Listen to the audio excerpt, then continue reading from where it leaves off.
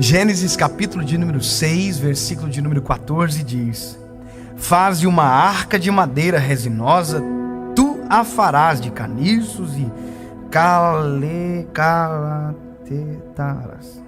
É coisa difícil. Betume por dentro e por fora.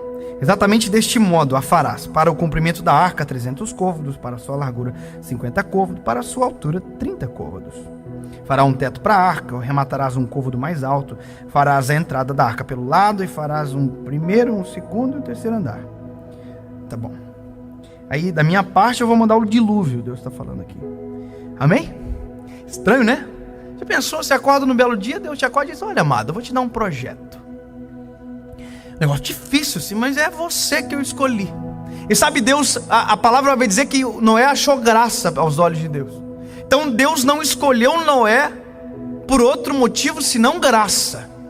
Noé não era o melhor construtor, não era engenheiro, arquiteto, projetista, marceneiro, não. Noé encontrou graça aos olhos de Deus. Só que graça que dá trabalho.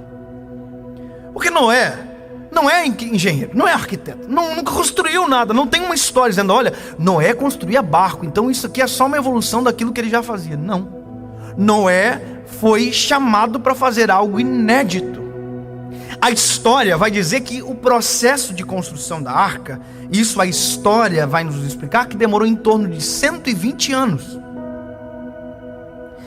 Eu demorei um tempinho para construir minha casa, eu já fiquei preocupado. Agora você imagina que demorou 120 anos para construir uma arca. Agora, para pensar os desafios do Noé. Quais são primeiro? Bom, primeiro, transformar o que Deus deu numa planta. Sabe quem faz isso? O arquiteto. E Noé não é arquiteto. Noé não é.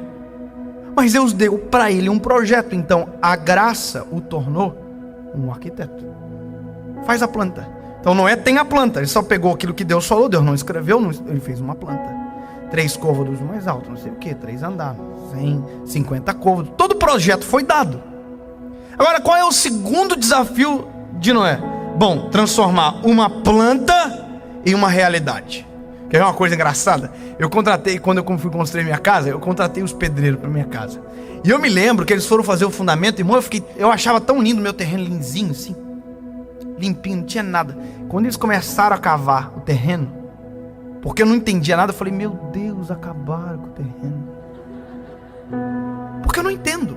Só que aí no processo eu fui entendendo que aquilo era alicerce, fui entendendo que era coluna, que era viga.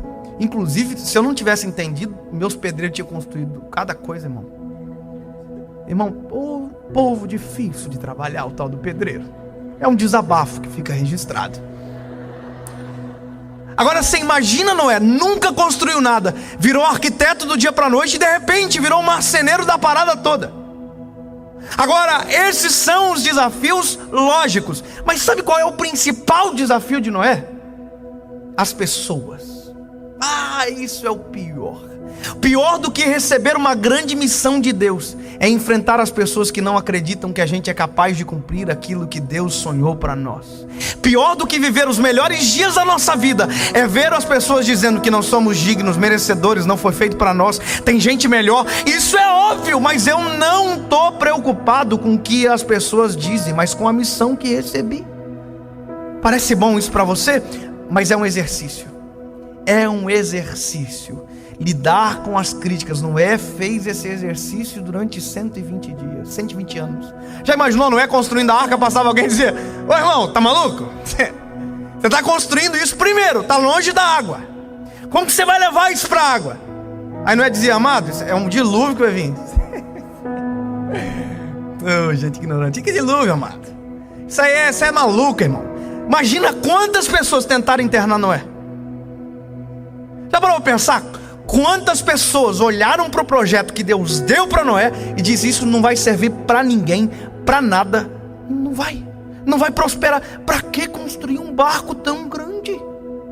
Agora você imagina, Noé olha para quem fala e olha para aquilo que Deus falou. O que vale mais?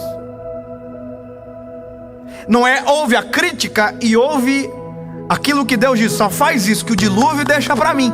Noé não foi chamado para fazer água, dilúvio. Não.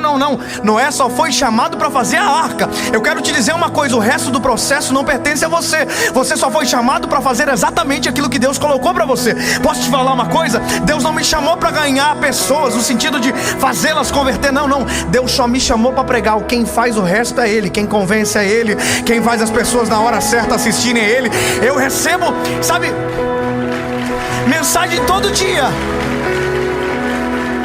de gente que diz pra mim: pastor, eu do nada recebi o vídeo. Não fui eu que fiz. Eu só fui gravar. Fui pregar. Quem fez o negócio acontecer foi ele. Ele é o dono do projeto. Quem faz é ele. Dave vai gravar vídeo, você é maluco? Ninguém vai ver. Mas se vai ver ou não, o problema é do resto do processo. Deus não me falou se ia fazer ver. Deus só mandou fazer. Sabe qual é o nosso problema? A gente não olha o que falam. A gente não olha quem fala, a gente olha o que falam, sendo que deveria ser o contrário. Olha para quem fala ao invés do que fala. Porque se você começa a olhar para quem fala, você vai perceber que quem está falando não é Deus, então não serve. Você imagina, todo grande projeto tem as especulações. Já viu quando começa a construir um prédio? Já viu? Todo mundo começa a dizer: quanto tempo vai demorar? Será que vai dar certo? Olha, eu nem sabendo que essa construtora está meio quebrada. E as pessoas ficam criando especulação, mas ninguém sabe nada. O único que sabe é o engenheiro que recebeu o projeto.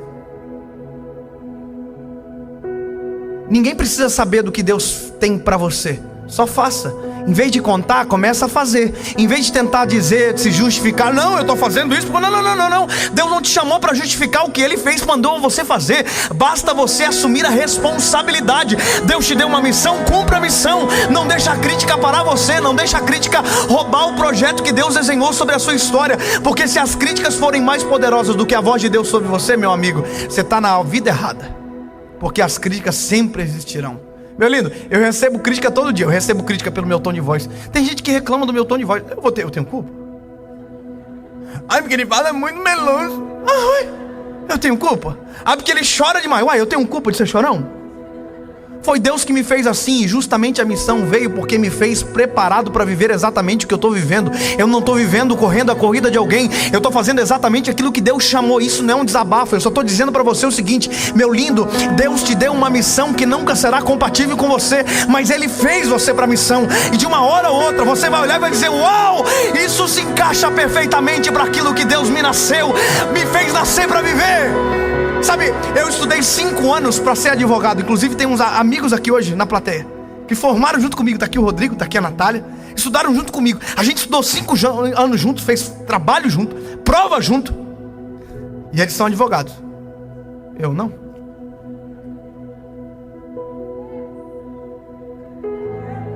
Deixa eu te dizer uma coisa. Eu ouvi críticas por conta disso. Imagina, quando eu comecei a viver com a minha esposa, isso aqui que eu estou vivendo, falar do amor de Jesus. Sabe, quando eu comecei, eu me lembro que eu saía com a mãozinha atrás, outra na frente, com um pacotinho de bala, pacotinho de amendoim. Eu já vivi tanta coisa, já andei com a minha esposa com um ninho velho, com ela limpando o vidro com guarda-chuva, porque a chuva caía e o limpador estragou. A gente ia pregar e não tem dinheiro nem para voltar para casa. Quanta crítica eu recebi. Você vai morrer de fome. Você tirou essa menina tinha tudo para ser juiz, você tinha tudo para ser advogado. Que escolha péssima. Críticas. Mas mediante tudo isso havia uma missão. E a missão tem que ser mais superior. Tem que ser superior às críticas. Se estão dizendo para você que não vai dar certo, qual voz você vai escolher? Qual voz vai dominar o seu coração? O que vai dominar o seu destino?